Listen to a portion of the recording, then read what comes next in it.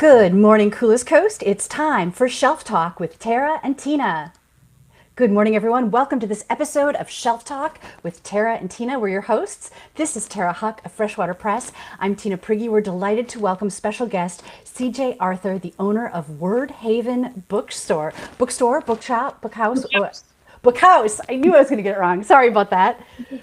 WordHaven Thank you for Bookhouse. having me today. So nice to see you. And I notice, ladies, look at purple. CJ, your background is purple. It's fantastic. Okay, so CJ, can you tell us a little bit about WordHaven Bookhouse? Where are you located?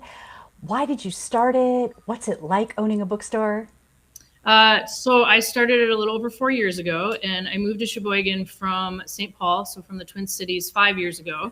And I was ready for a reset. Sheboygan's always been sort of a reset place for me, and I needed a big reset. So I'm like, well, I'm going to try it. I thought I was going to retire in Sheboygan, but I decided I might as well go now and see what happens. And when I got here, I realized that there was not an indie bookshop. I actually had not spent a lot of time in the actual town. I'd been in the downtown, but I'd mostly been at like Kohler Andre. And so I was taking a pretty big risk by moving here, not knowing a ton. So I worked somewhere else when I moved here, and it ended up not being a good match. And I just decided to open a bookshop and writing center. I was a high school English teacher. I'm also a writer. And I just felt like it would be nice to have a hub where people could get books, but also gather and write together and grow and connect. And I just decided to try it. And, you know, obviously, like, books have been a major part of my life, my entire life, and have always been sort of a safe place for me, and also a place where I learn and grow, and they challenge me. And I just wanted to make sure that people had access to that in this city. Awesome. You mentioned a safe place, and I feel like the name Word Haven even conjures that, right? Like it almost, it is this word haven for the words you write, for the words you read, for everything. That's beautiful. I wanted a safe place for words. I love that.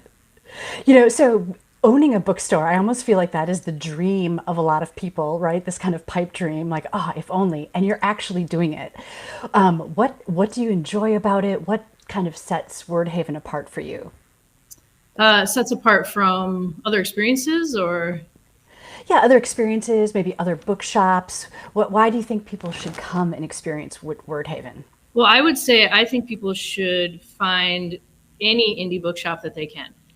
First of all, so like all indie bookshops in my book are amazing because it's really fun. They're also different, and you can really feel the vibe of the people who run it and what they believe in and what's important to them in every single indie bookshop that you walk into. We did a thing in Wisconsin this year, which was like an indie, book quest where you could go to, I think it was one of 30 some bookshops and get a stamp, and we had prizes, and we're going to do it again next year. We're going to try to do it every year. And it was so fun to have people come in and say, I went to this bookshop, and, this was really cool about this bookshop, and this is what they specialize in. And, so every time I'm traveling, I always find the indie bookshops. So I would say go to all the indie bookshops. People, my friends or customers will say, "Oh, I cheated on you. I went to another indie bookshop." That's not cheating. We have an open relationship. So please, all the indie bookshops, because they're amazing, and I have been to so many amazing ones, and I just really, respect and value the work that indie bookshop folks are doing. So that's first of all that. Second of all, I think that for me, Word Haven is a place that I know I can go where I feel safe because I can create an environment that makes me feel like I'm surrounded by books. I feel like the characters are my friends, and so I don't feel alone in here. I feel my two dogs come to work with me every day, Rue and Daphne. So we have two shop pups here, and they keep me company. Because sometimes in the winter we get a little slow, so it's nice. It's nice to have company. In the summer we're pretty busy. We have a lot of folks who come visit Sheboygan from different cities as well. And my hope is that when people walk in here, that they feel like they can be their authentic selves, and that they will be celebrated for that. That they can find books that not only represent their identities, but also other people's identities that they can learn and grow from and build empathy, for themselves and for others. And we can order books too. So, if we don't have what someone needs, I'm not a huge chain, so I can't have like a million books in here. So I'm always happy to order for folks. We have used books downstairs. I have a little free library. And our used books are really cheap. It's $1 for a paperback, $2 for hardcovers. I just really want to try to get books in people's hands. You can get free books at our little free library. This used to be like a pretty significant book desert. They sort of look statistically at the number of books and the number of people. And my hope is that we're, making it a less desert-y here with more books. And we also have writing classes and book clubs and night markets and drag story time. And we just really try to have a lot of events where folks can meet each other and again, grow and learn and connect. We have, community open mic night once a month where folks can come and read poetry or short stories that they wrote or essays. They can sing songs that they wrote. And then we focus on an organization every month that's like doing cool stuff. And we give them like about 10 minutes to come and talk about what they're doing. So then, people can also just learn about our community and like all of there's a lot of cool stuff happening here. And Huzzah. I just want people to, to meet all these people that are doing good stuff. We have vendors come in and do pop-ups and author events and, so I just really want to celebrate like all of the sort of wonderful humans in this world that are doing some really good things. Oh my God, I love it. All right, so I'm hearing like connection essentially through books. There's so many things I want to unpack that what you just said, CJ, but I have to ask Tara, have you ever been on a bookshop quest? I think we need to do this. I'm kind of like CJ. I'm a little bit of a bookstore tourist. So, that's always a stop. And every time you walk in, it's like CJ said, you can feel the personality. And the personality of WordHaven Bookhouse is welcoming for certain. You have the deep purple wall. All over the walls are art from original artists, in addition to books that are very well organized, better organized than most libraries. You have any category, genre, big wide space to browse, little table to sit and talk, and then the best pens for writers and other novelty items. And every time I go in there, which is really kind of amazing, you don't find this at every bookstore, there's generally another shopper, and they're generally friendly and they're curious and they want to know your own story. And it definitely is very much a community center. I've gotten way too many books, gifts, and art, but probably not enough if I had a bigger house. Well, I want to shout out Sarah, who just commented. Thank you, Sarah. Sarah's one of the local authors. We actually have her books here as well, and she's taught classes here. So yeah, shout out to Sarah. And I just want to read her what she wrote out loud. She said, WordHaven is so welcoming. You can feel it when you walk through the door. So, CJ, one of the things you mentioned was, different characters feeling like friends, but also the empathy that you can learn from a character, right? You had mentioned previously how books can help us kind of learn, heal, and grow, right? When we see the experiences that other characters are having, having access to those characters with various identities, various experiences, helps us to increase our understanding, our perspective, and empathize with different people in the world as we're connecting with all of these friendly folk, right? Mm-hmm. Can we dig into that a little bit? I just love that concept being a benefit of reading books, right? That it increases our understanding, increases our empathy, increases our access and perspective. Tell us from your perspective what this means. I think for me, even as a kid, I used to read all the time, and I came from a small town in southern Minnesota, and I was the only tomboy. I didn't even know that word at the time, but I just knew I was really different from a lot of other people. I was very, sort of more masculine presenting as someone who's, assigned female at birth, and there wasn't really anyone else like that. And so I got teased a lot. I got bullied a lot. But then I had this group of friends that are still my friends that they could care less about any of that stuff, and they just appreciated me for who I was. And I had some teachers who also did that. Which probably inspired me, to go into teaching in a lot of ways, because they were safe for me, and books were safe for me, and writing was safe for me. So I always, when I was a teacher, I'd tell my students, you're never alone if you have a journal, because if you can sit down and write, you can access yourself better. depending on your sort of spiritual beliefs, you can access your guides if that's something that you believe in, your previous sort of versions of, like if you believe in past lives, like you're just never alone. At the very least, you can access yourself, and you can access yourself with handwriting in particular in a way that you can't when you type. So I wrote all the time. I journaled. I wrote stories.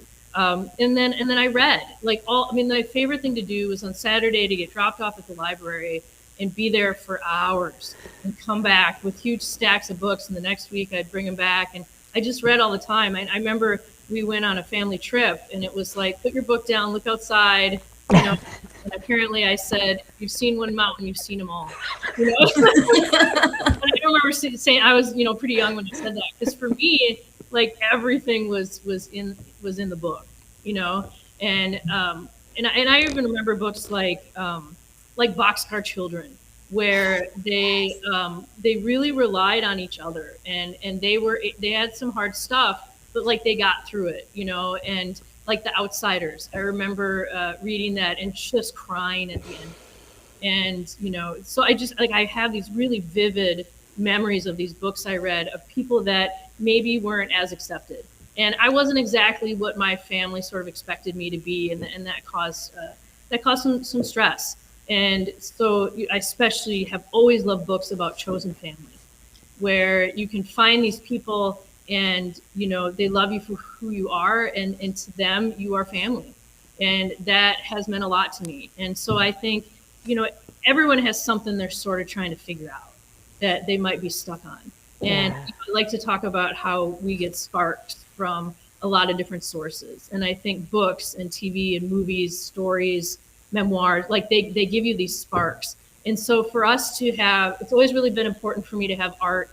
We sell art by local artists, and we have books by, local authors and writers. And I think that the spark thing is pretty cool, because I can see one of these pieces of art and I get a spark, and then that might cause me to write a story, or, we can give each other sparks and like keep that creativity going and act on them, like do something with them. And when you do something with them, other people see it. Yeah, right. Like you can learn from characters and their experiences. You can take courage to then go and make your own choices and be self-realized, right? Yeah. You can feel seen.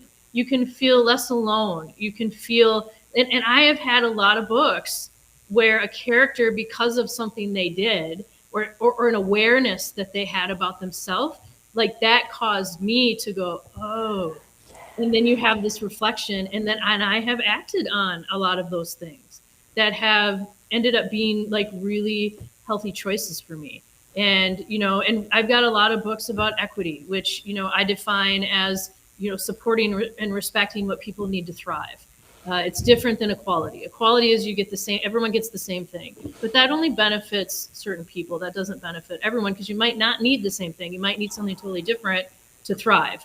And so the first shelf when you walk in are books about equity, because that is how we help each other thrive.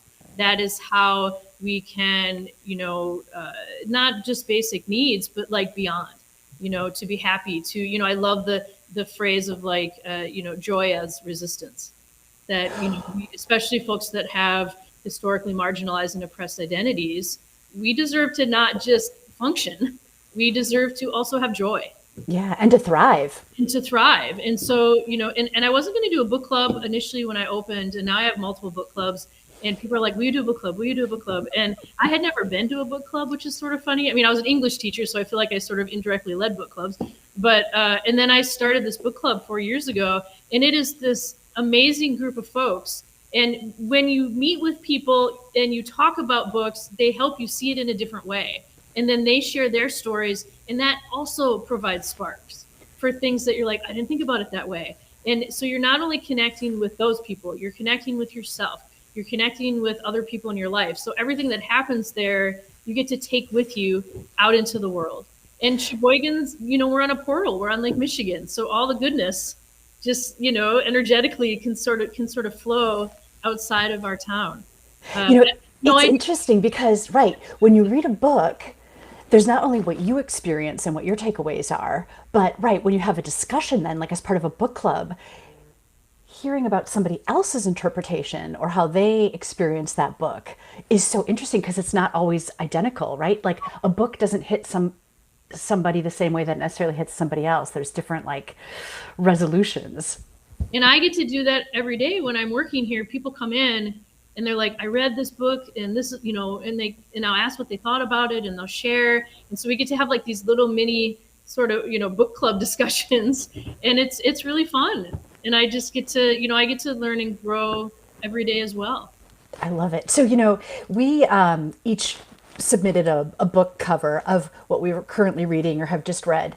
And so what we were talking about is books hitting people in different ways. Tara, you said that you're reading Theo of Golden by Alan Levy. And I've heard very mixed experiences about this book, right? I've heard from a number of people that you have to read it. It's absolutely the best thing going, right? It's wonderful, wonderful, wonderful. And then I've heard from some other people like, not my cup of tea.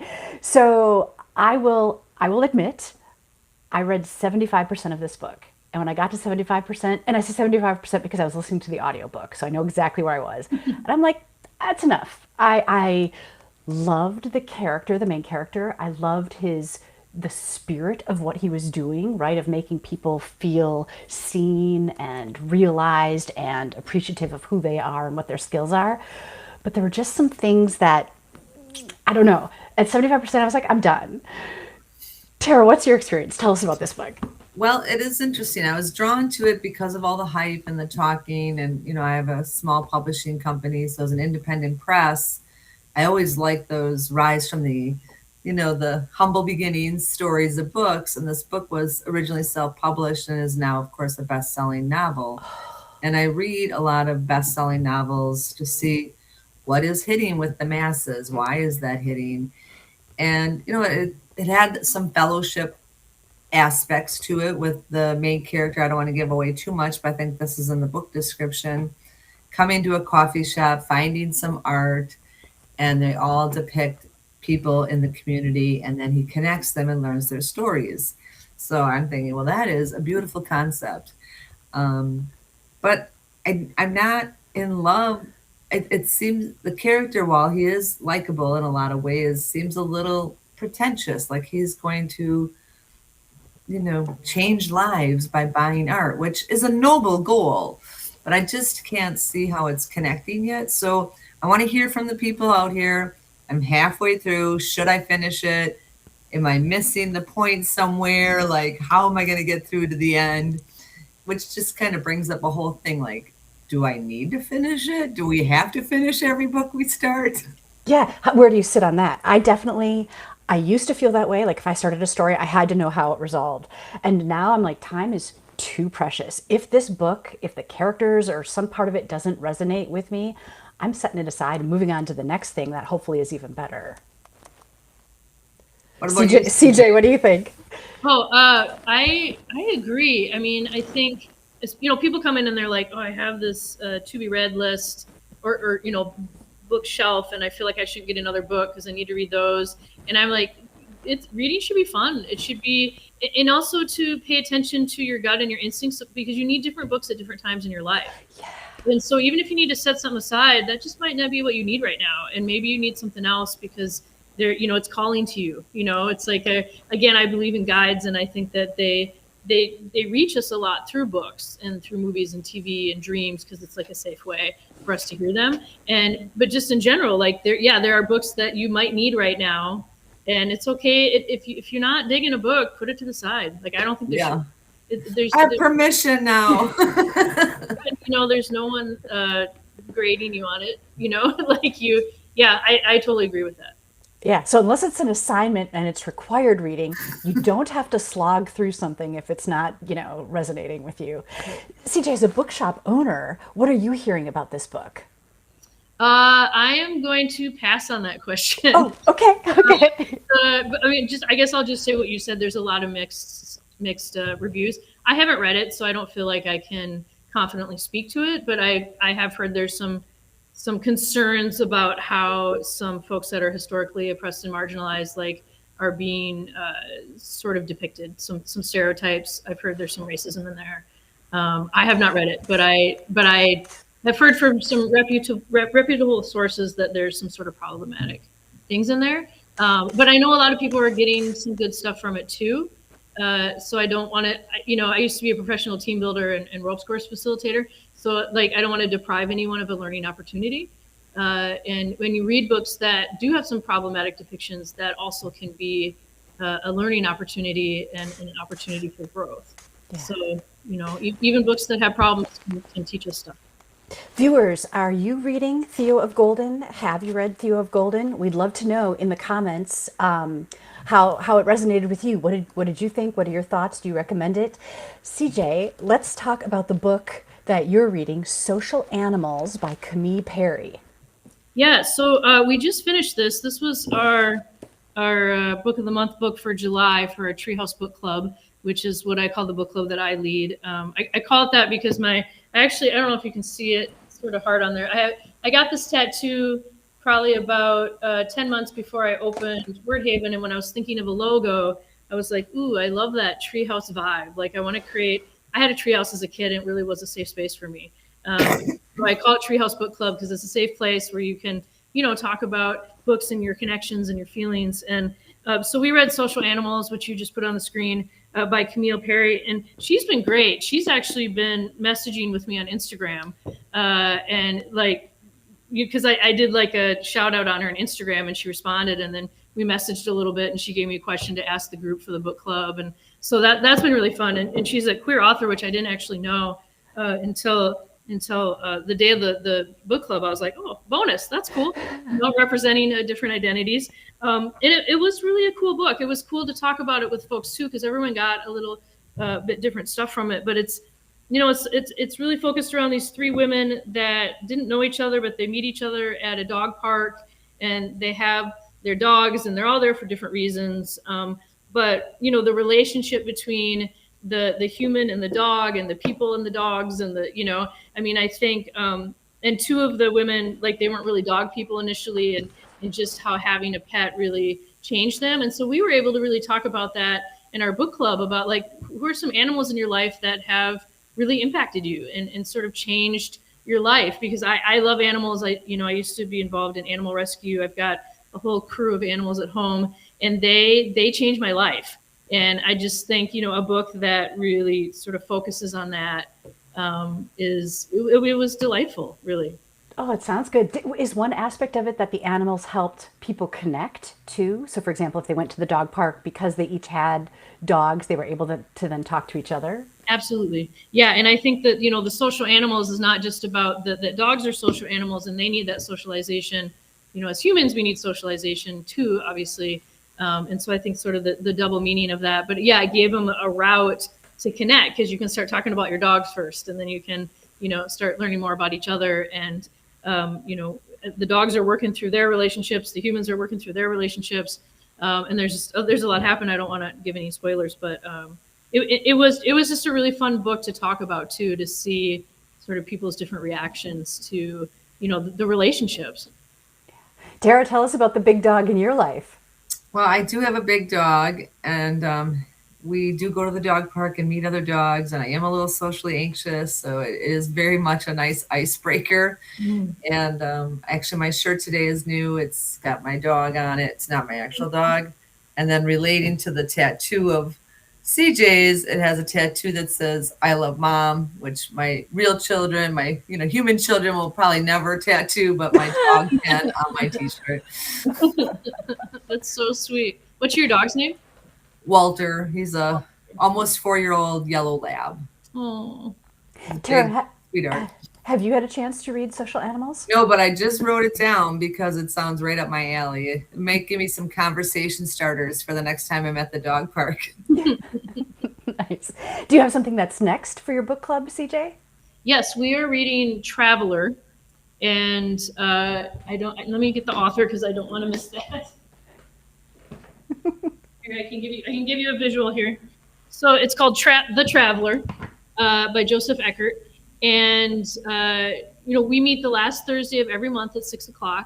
And this one so I really like speculative fiction, sort of the subgenre of sci-fi, where, there's like one thing that's sort of different and it impacts society. And in this one, the main character, he's driving on the highway, and all of a sudden, like he wakes up and he is like tumbling on the highway as cars go, because he starts to travel.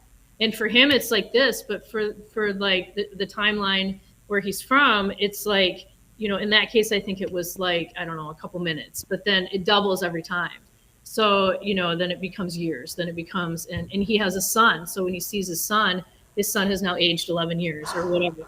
And his son is like trying to figure out like, why is this happening? So he goes into, you know, that field of study at Berkeley. So it's really, you know, I'm not done with it yet. I like to read at the same time that everyone else does, so that I'm not coming in as this expert of this book. I like to, you know, and it's fresh for me too. And so it's really fun to experience it with folks. So I've really been enjoying it. And so if folks are interested, it's called The Traveler, again, by Joseph Eckert. And anyone's welcome at our book club. And there's no expectation you have to come every time. You know, it's like at 6 o'clock, the last Thursday of the month at WordHaven. And if you want to join us, join us. If you don't, cool. You know, but we've had some pretty amazing sort of conversations and connections. CJ, awesome. How do you pick your books for the book club? Actually, what I do is I go by vibes. So I read the first page, and if it pulls me in and I feel like it's what we're supposed to be doing, then that's the one I do. Nice. And we've got 2 other book clubs here too. We have Mortal Matters, which is led by Rebecca, and that one really focuses on death and dying in both fiction and nonfiction books, and that's the last Saturday of the month at 11 o'clock. And we have a banned book club that meets the last Saturday of the month or usually around 2 o'clock, and that's led by different community members. So Ryan Berg is leading the August one, and they're doing A Clockwork Orange. So those are books that have been challenged or banned anywhere in the U.S., and the community member who's leading the club for that month, they get to pick what book that we're doing. Oh, nice. Interesting. I'm glad that you clarified that, because I heard band, like thinking instruments, you know. No, banned books, because, you know, a lot of books are being banned right now, and I want to make sure that, you know, we're talking about why. Yeah, right, and keeping them alive. Mm-hmm. Okay, I'm wondering if you guys have read this book. I just finished The Sideways Life of Denny Voss by Holly Kennedy. I really enjoyed it. I never read that yet. Okay. What'd you like about it? So first of all, I liked the reading. I liked the way the story kept pulling you forward. I think I listened to the audiobook, and I think I listened to it almost straight through. Like I took a break for supper, but like I just kept going. Like this wasn't over days. And so that's always a good sign for me, right? When I just can't stop reading a book. I feel like it really ties in with some of the topics we're talking about today, right? The main character had some birth complications, and because of that, he's got some cognitive limitations. And the whole book is from his perspective and interfacing with the world and some of the challenges that he bumps up against, and people like rushing ahead, assuming they know what he's going to say, but not letting him really work through, or not helping to connect the dots as he sees them. It was, when we talk about like that empathy and characters' experiences, I feel like it really opened up my perspective to what somebody in that situation might be experiencing. But it was just a delightful read, and it had a very unexpected resolution. I'm giving it a 2 thumbs up. Nice. No, that sounds good. I added it to my list. Yeah, do you have a difference? Is it different for you if you listen to a book or read a book? For me, I'm usually listening to a couple different books and reading a couple of different books at the same time. So I don't know. I think I've been having some problems with my eyes the last year. Like I had to get cataract surgery, and there's been some side effects, and so I can't read as well physically. I'm meeting with a surgeon and getting more eye surgeries and doing all this stuff. So hopefully that gets better. So reading has been physically a little more challenging for me. So listening has been really helpful for that. But I love reading too, because then I can create it in my head, and so I still try to do that as much as sort of my eyes will allow. But I would say, like, over the pandemic, I really got into listening to books. I could not like sit and read during the pandemic. I had the hardest time like slowing my brain down enough. I was so stressed. And so reading or listening was like, and I was living by myself. So like it kept me company to be able, and for some reason I like really got into like zombie stuff. I felt like I could relate with like the post-apocalyptic sort of zombie vibe, I think. And so I got super into that. But then when I came back to reading, it was actually a little bit after I moved here. I went to the library. The Sheboygan Library is amazing. And you know, this is before I had my bookshop, and I got a book by Elizabeth Berg. It's called it's Arthur Trulove. It's the I know I should know this. The Story of Arthur Trulove, which that was the first book I could really sit and read again. Elizabeth Berg is one of my favorite authors. So like, and it's a series, and so like that book got me back into reading, and so I'm like really grateful to that book. And actually, my last name, I picked it because of one of the reasons I picked it was because of that character. So I legally changed my name 2 years ago. I came out as trans non-binary, and so the name I was given before like didn't really match my identity anymore. And so I knew I was going to change my first name, and I decided to change my last name too. And so and then my middle name, so it's CJ. It's Charlie Jonas Arthur. Charlie is from like Charlie Brown. I was compared a lot to Charlie Brown as a kid, not always in a positive way, but I'm taking it as a positive way because I'm like a highly sensitive person. Jonas is from The Giver, because that's one of my all-time favorite books. And Love The Giver. From that, so like my names are actually all from books. So that's like a perfect, demonstration of how characters in books can influence our lives, right? It's literally shaped your name. Yep. Yeah. Tara, how about you? Do you listen to audiobooks? I do, and like CJ, I have multiple books going at the same time, different genres. The only books I read on print religiously are, well, coincidentally, books of devotions I study every day, and also poetry. I find I just like it slows you down when you're reading. Audiobooks, sometimes I even like put it to 1.2 or 1.5 if we're up to the climax. But a physical book, you slow down. And then in my line of work, I read a lot of manuscripts on the screen. So it's just nice to give my eyes that rest, try to preserve my vision. I don't know if it's possible, but so yeah, I'll mix like CJ. Yeah, and I think this day. Oh, go ahead, sorry. No, go ahead. I would just wonder if I could ask both of you a question of like, what is a book or a story that you've listened to or read recently that did cause like a spark for you that you acted on? Oh boy. That is a very good question. I think what sparks me the most, other than developing empathy, is I've never lived outside of Manitowoc, Wisconsin, or Manitowoc County other than college. And it gives me the opportunity to explore and be brave, like you said. And then the other books that I really think spark me are literal writing handbooks and poetry and devotions, like, because I do Christian writing. So those things really kind of spark and propel me in those directions. So I just recently read The Last Overland. It's a true story about this Land Rover that had been recovered. It was like 60 some years old. They recovered it, they restored it. It had originally driven from London to Singapore, right? It had done this amazing overland trip in like the early 1950s. So the grandson of one of the original drivers was part of the team that was now going to drive it from Singapore back to London over like 4 or 6 months. And I love travel adventures. I don't know if you know my story, CJ, but I'm wheelchair bound, right? But I've always loved adventuring. And so reading a story like that really allows me to kind of travel, but without leaving my wheelchair. And after reading the book, I told my husband about it. It really resonated with him, that kind of travel adventure. So we found they actually made like a documentary about it. So we consumed that and just really like sparked all of this like travel excitement and dreaming like, maybe one day we'll be out on the road again. Mm-hmm. I see that in your future. Yeah.